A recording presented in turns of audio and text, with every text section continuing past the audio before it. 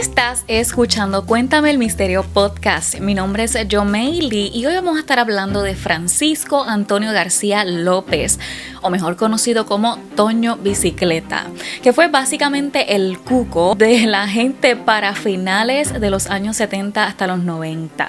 Toño era una sensación noticiosa. Se vendían 100, 200 y pico de mil de periódicos diarios. Pues yo dije, aquí pues tú sabes, nos vamos a morir todos. Yo estaba pequeña. Él era un criminal puertorriqueño famoso por escapar de la cárcel varias veces. Y por eso sus escapes se han convertido en una leyenda de Puerto Rico. Hoy vamos a estar hablando de algunos de sus crímenes, así como un poco de la historia de quién era Toño. Quiero hacer una advertencia porque voy a estar describiendo algunos de sus asesinatos y esto puede ser un poco fuerte, así que se requiere discreción. Y ahora sí, siéntate cómodo que este va para largo y te cuento el misterio.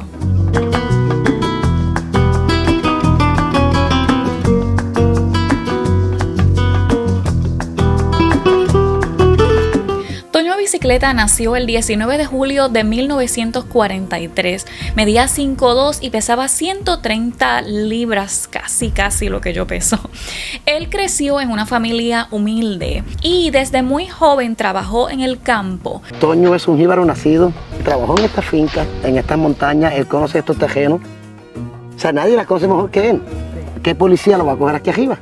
No se sabe a ciencia cierta en qué pueblo nació, pero muchos dicen que fue en Lares. Otros artículos dicen que fue en Yauco y leí otra versión que decía Maricao. Su hijo confirmó en una entrevista que en el tiempo que todo andaba tranquilo, pues él era adventista.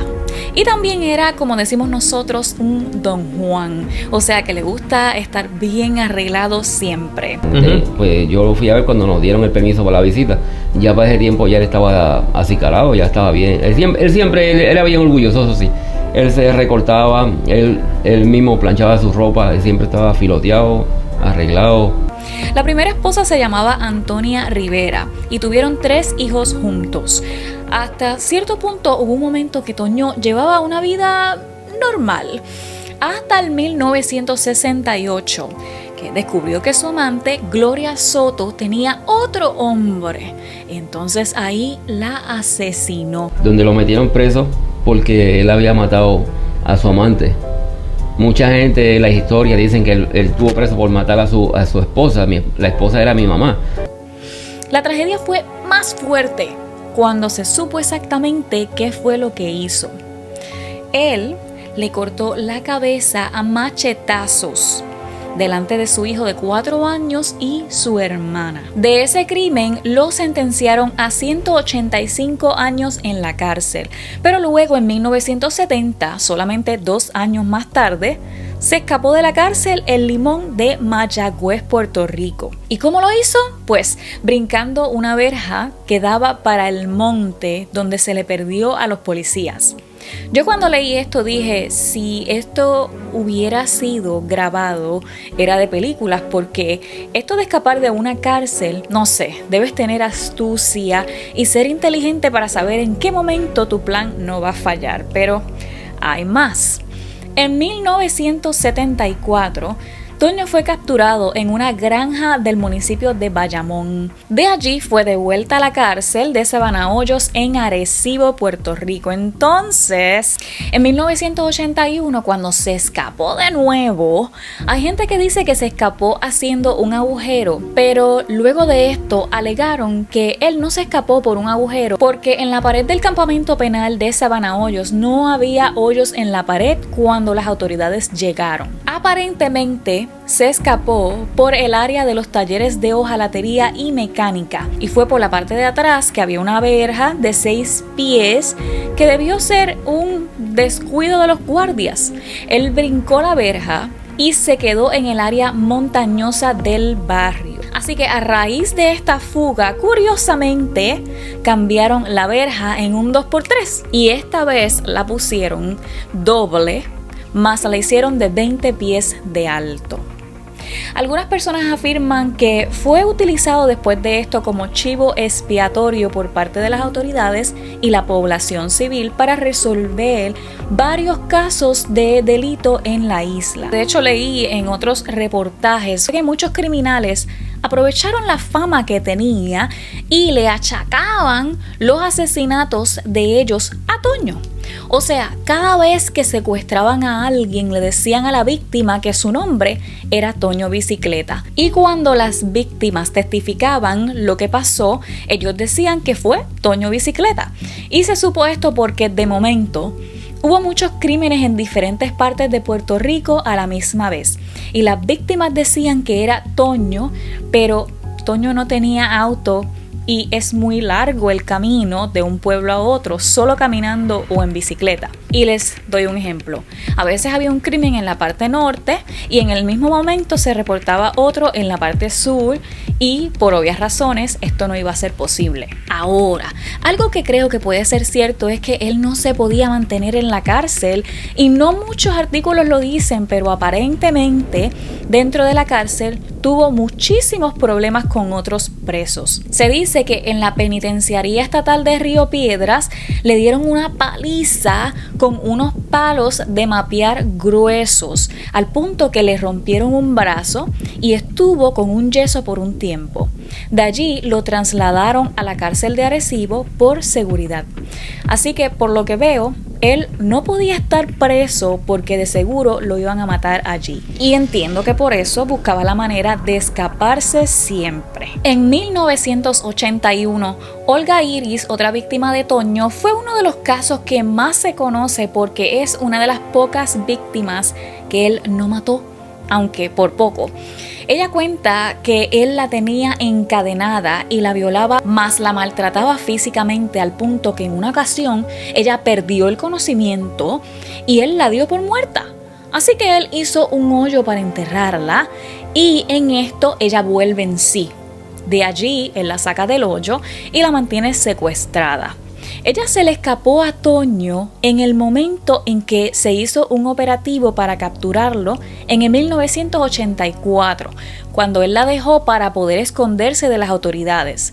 Ella pues regresó a su casa, pero luego más tarde él la secuestra de nuevo y se la lleva a la fuerza. En 1987 cometió el doble asesinato cuando mató a su tío y a su padrastro porque él estaba seguro que ellos estaban cooperando con las autoridades para decir dónde él estaba o se mudaba. Y esta vez al tío le incendió la casa para que él saliera. Cuando el tío sale para salvarse del incendio, Toño lo mata pegándole un tiro. Esa misma noche fue a la casa de Antonio Caraballo González, su padrastro, pero esta vez fue un poco más violento porque se dice que lo descuartizó al punto que al otro día uno de los vecinos encontró el cadáver por los gatos que se estaban acercando para comerse la carne. Cuando voy a la puerta veo un gato comiendo de la carne que había en el piso del padrastro. Para este año también secuestró a una niña de 14 años llamada Dayana Pérez Lebrón, luego de matar a su novio Luis E. Rodríguez. En una entrevista que le hace Evelyn Vázquez a Dayana, ella contó muchísimos detalles de la muerte de su novio. Ella dice que salió con el novio para las fiestas patronales de Sabana Grande. Luego agarraron un carro para estar juntos y se fueron para la orilla de un río. Pues allí en la oscuridad, Toño llega, los amenaza y apuntándole con una pistola, les ordena que se bajen del carro y que se quiten la ropa. De allí, Toño los hace caminar río arriba. En una de esas, Luis agarra una piedra, o bueno, trata de agarrar una piedra para defenderse y Toño se da cuenta. Entonces le da un cantazo en la cara con la pistola y por supuesto Luis comienza a sangrar. Luego de un largo rato caminando, Luis le pregunta a Toño si se podía poner la ropa porque hacía frío y todavía estaban mojados. Pues Toño accede, así que cuando él hace que se está poniendo el pantalón, trata de defenderse de nuevo tirándole una patada en la cara a Toño, pero no logró ni tocarlo.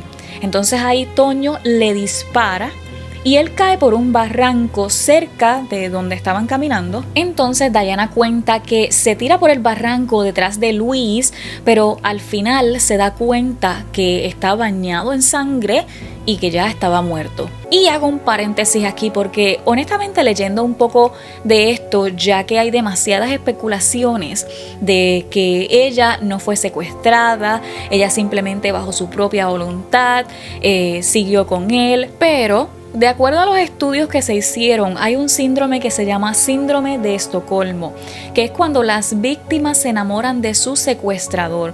Así que basándonos en los estudios que se le hacen a Diana, al ser una niña de 14 años, víctima de secuestro y violación, y Toño pues ser un adulto, el título de expareja ha sido bien criticado por psicólogos. Para los años 90, habían rumores de que él estaba trabajando en una finca de café.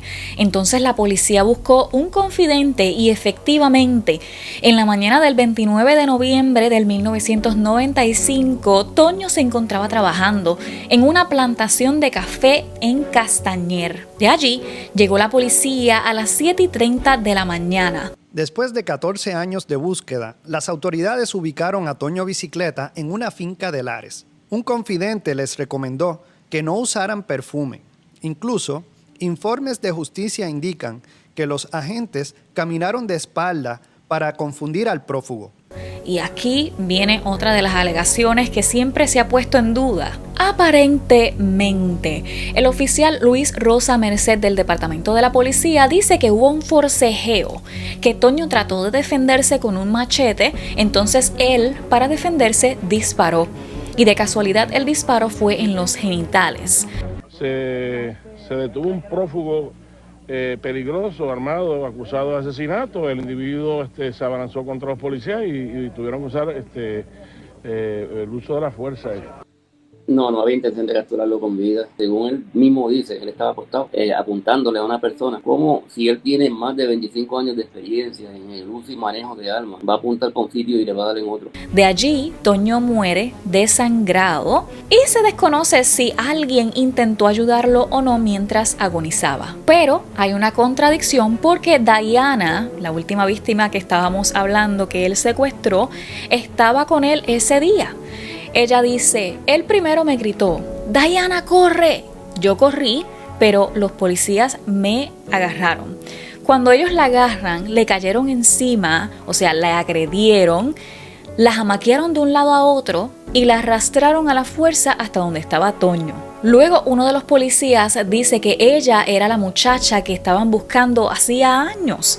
Y allí los policías que estaban agrediéndola paran de maltratarla, pero en esta parte ella dice que nadie lo ayudó, al contrario, lo patearon como con rabia, diciendo que al fin lo tenían allí y dejaron que agonizara de dolor hasta que se desangró y murió. Otro punto que Diana alega es que en el momento del altercado, él no tenía el machete con él en ese preciso momento, y ella especifica ese preciso momento porque en las fotos que aparece el cadáver de Toño tiene un machete cerca del cuerpo. Es que también la policía se sentía burlada porque no podía llegar a Toño Bicicleta. Al escuchar el disparo, Diana corrió con una escopeta que el prófugo le había entregado poco antes de seguir las huellas. Tenía entonces 22 años y se había criado bajo las instrucciones de Toño Bicicleta cuando fue arrestada por tener un arma en sus manos. Cuando yo aparecí, yo tenía una cara, porque era decir así, de coraje. Yo no miraba a nadie, cuando miraba con aquella mirada firme, con coraje, porque no me dejaban hablar. Nadie me quería escuchar, todo era, tú eres culpable, tú eres esto, tú... No, escúchame, tienes que hacerte culpable porque escúchame. Diana tuvo que declararse culpable para recibir al menos 5 años de probatoria y evitar décadas en prisión. Y bueno, para su entierro subieron demasiadas personas en sus 4x4 para verlo a Lares. Y eran tantas que el dueño de la finca tuvo que controlar la entrada por miedo a que el terreno colapsara. El entierro fue en la funeraria Irizarry de Lares. Asistieron casi 3,000 personas y algunos de ellos simplemente porque tenían mucha curiosidad de ver esta leyenda criminal de Puerto Rico. Aunque no lo crean, después de todo este suceso, bueno, de estos años angustiantes, hay un punto que quiero dejarles saber. Para el 2009, Olga Iris, quien fue secuestrada por él 2 veces, surgió este rumor de que ella fue cómplice de él y le sometieron un cargo por encubrimiento. Luego de todo este tiempo, y ya para este momento, Olga Iris tenía como sus 60 y pico de años. En el 2009, el sistema de justicia también se empeñó en procesar por encubrimiento a la mujer que Toño Bicicleta secuestró entre 1981 y 1984. Se declaró culpable en el juicio y la jueza, para ser justa, le da 5 días en prisión, que lo cumplió en el 1984 cuando Toño la había secuestrado. Hay muchos detalles extras, como también especulaciones que la gente habla, pero esto es básicamente el resumen que recoge toda la información que aparece. Y bueno, hasta aquí el episodiazo de hoy. No hago estos casos regularmente, pero si te gustaría escuchar más casos así, déjame saber. Y ahora sí, los espero por aquí en el próximo episodio. ¡Chao!